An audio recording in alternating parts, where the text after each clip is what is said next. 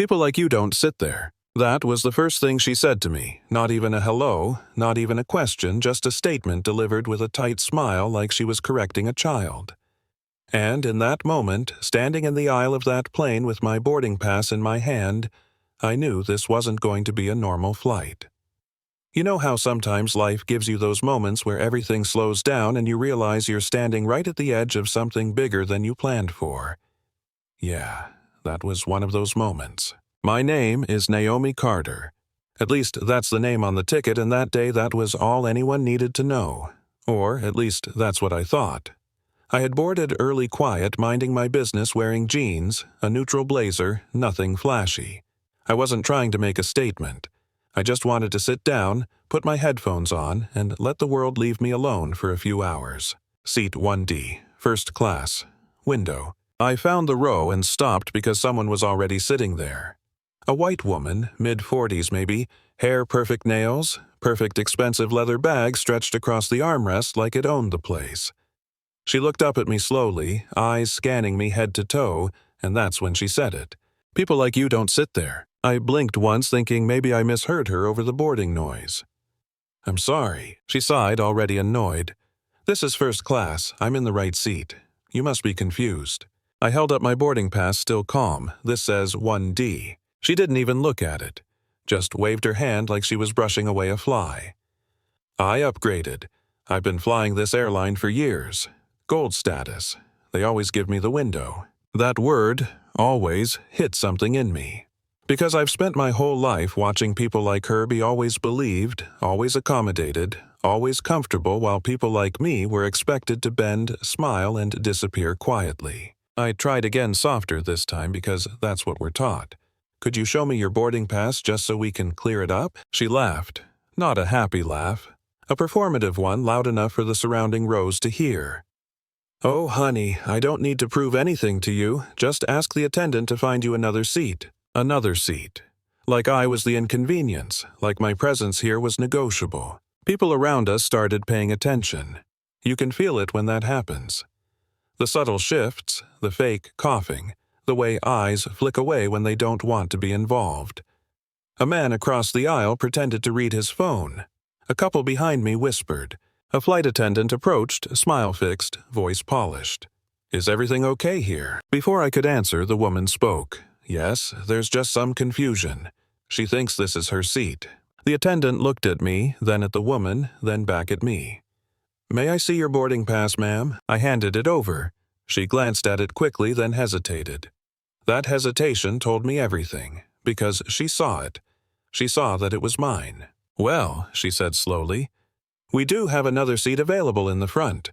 Maybe we can move you there to keep things smooth. There it was, the familiar move.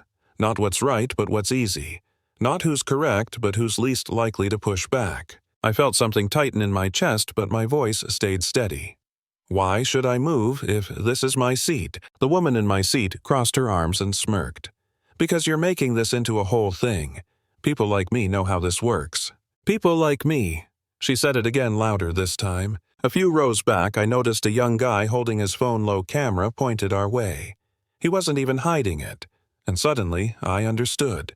This wasn't just happening here anymore. I took a breath. I thought about all the times I'd swallowed moments like this. The meetings where my ideas were ignored until repeated by someone else. The stores where I was followed. The lounges where I was questioned.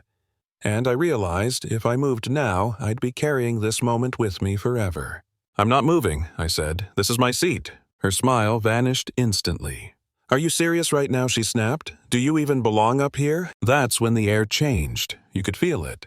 Like everyone knew they were witnessing something they'd talk about later. The flight attendant stiffened. Ma'am, please lower your voice. I'll lower my voice when she stops pretending, the woman shot back. This is ridiculous. Everyone knows people like her don't buy first-class tickets. There it was, out in the open. No more coded language, no more polite disguise. My hands were shaking, but I didn't let it show. I turned to the attendant.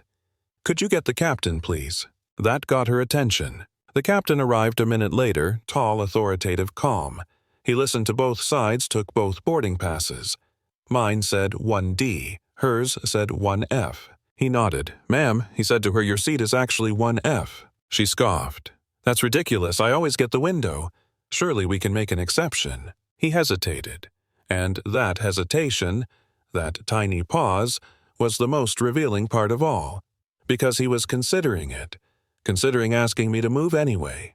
Perhaps, he said carefully, to avoid delay, we could ask Ms. Carter to switch seats. Something in me snapped. Not loudly, not violently, just quietly, firmly. "So the solution," I said, "is to reward someone for taking a seat that isn't theirs and punish the person who followed the rules." Silence. The guy filming whispered, "Oh, damn," and I heard it. The woman leaned forward, voice sharp.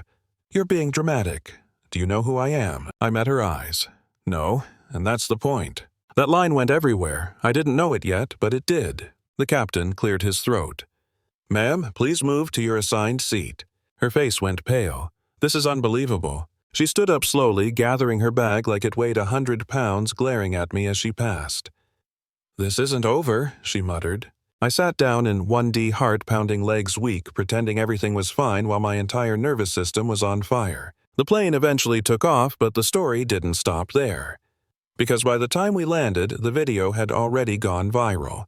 Millions of views, headlines, debates, think pieces, people arguing over whether I should have just moved to keep the peace. Here's the thing about peace. Peace that requires you to shrink isn't peace. It's surrender. The woman lost more than a seat that day. Her job put her on leave. Her name became a headline she couldn't outrun. And me, I didn't become famous. I didn't want to. But I did become something else. I became someone who didn't move, and that's what scared people the most. So let me ask you this. If you were there, if it was you standing in that aisle, would you have moved to keep things comfortable, or would you have stayed right where you belonged? Tell me in the comments. I want to know what you would have done.